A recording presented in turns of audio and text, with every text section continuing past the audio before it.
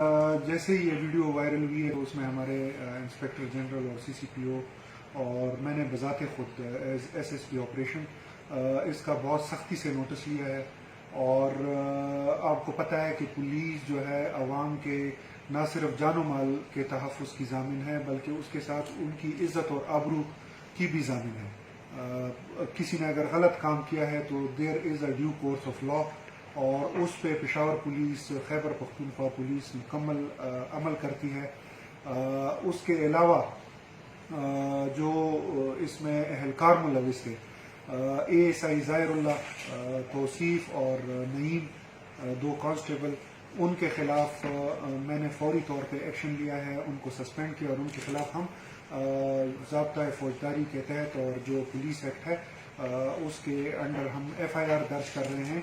اس کے ساتھ ساتھ ایس ایچ او تاکال کو پور سپرویژن پہ میں نے ابھی سسپینڈ کیا ہے۔